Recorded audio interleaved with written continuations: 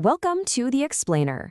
Today, we're diving into an ancient and, let's be honest, pretty controversial text, the Testament of Solomon. So, right off the bat, you have this incredible claim from King Solomon himself. He says he mastered and controlled all the spirits. I mean, talk about absolute power. But what's really fascinating is that this whole epic story, it didn't start with some grand quest for conquest. Nope. It started with a very, very human problem. All right, so let's get into it. Imagine you're King Solomon. You're building this legendary temple in Jerusalem, right? The biggest, most important project of your life. But something is going wrong. Something sneaky. A kind of sabotage that none of your guards can seem to stop. It turns out the king's favorite young worker, a kid he was personally mentoring, is in big trouble. He's just withering away. He's getting weaker every single day. And get this, half his pay and half his food are just vanishing. It's like his life force itself is being siphoned off every single night. And finally, the boy finds out who the culprit is. It's a demon named Orneus, who apparently shows up every sunset to steal from him and, well, oppress his soul by sucking on his thumb. So now Solomon knows what he's up against. This isn't a thief you can just throw in jail. This is a supernatural enemy way beyond what any army could handle. So what do? You pray. And that brings us to the Ring of Solomon, a divine weapon. Solomon, totally desperate, goes to the temple and prays for help.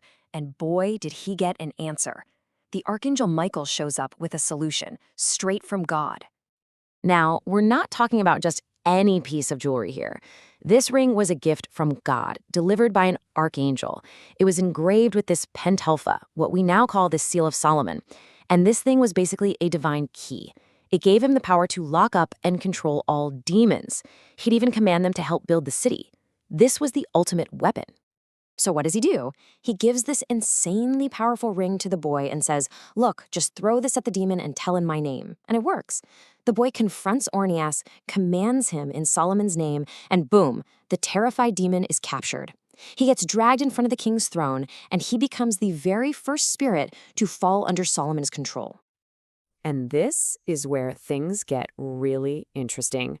A catalog of captives, building an unholy workforce. See, once Solomon had the ring, he didn't just stop with Orneus. Oh no. He started this whole campaign, summoning, interrogating, and binding pretty much every powerful demon he could find. He forced them to spill their secrets and, you guessed it, put them to work. And one of the first big names he brings in is a real heavy hitter, maybe one of the most infamous demons out there, Asmodeus. This guy's whole deal, he says, is to mess with newlyweds. Oh, and his origin story, he claims he was born from an angel and a human woman. I mean, listen to his job description. He plots against newlyweds to keep them apart. He destroys the beauty of women. He breaks up couples. He drives people mad with desire for other people, pushing them into sin and even murder. His whole reason for being is just to create chaos and heartbreak. But here's the kicker, and this is a really important theme in the whole text. Even a demon this powerful has a weakness. For Asmodeus, it's the archangel Raphael, and also the liver and gall of a fish smoked over some ashes. A bit random, I know, but it shows that for every bit of chaos, there's a specific counter from the divine. So what does Solomon do with this all-powerful prince of destruction? He makes him stomp clay for the temple bricks. Okay, so next up is a spirit that is pure nightmare fuel, especially for new parents. Her name is Obizuth, though you might know her by another name, Lilith. And her whole thing is just awful. Yeah, her one and only goal is to harm newborn children. If she can't strangle them, she attacks their senses, their minds, just a terrifying figure. But just like Asmodeus, she has a weakness, an angel named Ophraphrode, who is also Raphael. Apparently, if you just write his name down for a woman in childbirth, Obizuth can't get near her. So Solomon's solution? He ties her up by her hair and hangs her right in front of the temple. A pretty grim warning, right? So Solomon's little project basically turns into a demon encyclopedia. He catalogs these 36 spirits, the world rulers of this darkness, and connects each one to a part of the zodiac. And what's so wild is that it's like a spiritual medical chart. Got a headache? Blame the demon Ruax and call on Michael to fix it. Migraine, that's Barsaphael. You need Gabriel.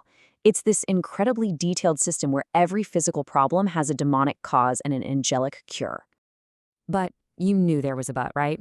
Whispers of the future, a kingdom on borrowed time. Because in the middle of all these wins, while he's building this incredible database of demonic knowledge, his captives start telling him things, chilling prophecies. Turns out they know his winning streak isn't going to last forever. Asmodeus flat out tells him, hey, your kingdom's going to fall apart pretty soon.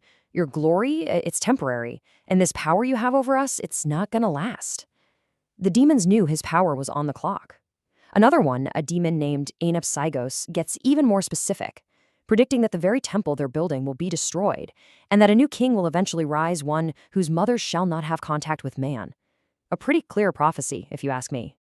And that leads us right to the king's great fall, the price of desire. Because here's the great irony of the whole story. After mastering all these powerful demons, commanding legions of spirits, what finally takes King Solomon down? It wasn't some super demon. It was his own humanity. So here's how it happened. First, Solomon falls head over heels in love with a Jebusian woman. But her priests say, nope, you can't marry her unless you worship our gods, Moloch and Raphan. Solomon refuses at first, but then she comes up with a compromise. She hands him 5 grasshoppers and just tells him to crush them in the name of Moloch. And he does it. Just like that. In that single moment, the Spirit of God leaves him. Gone. And the reversal is immediate and devastating. He says his spirit was darkened, and he became the sport of idols and demons. The ultimate master of demons became their little toy. He was forced to build temples to the exact same false gods that he used to have complete control over. So that brings us to the final part, the Testament's shadow, a legacy of secrets. So why write all this down? Why create this record of his greatest triumph and his most humiliating failure? Well, Solomon himself claims he wrote the Testament as a warning, a message to everyone who came after him. But the story might not end there. Our source material points to this really fascinating, kind of conspiratorial idea about what happened to this knowledge.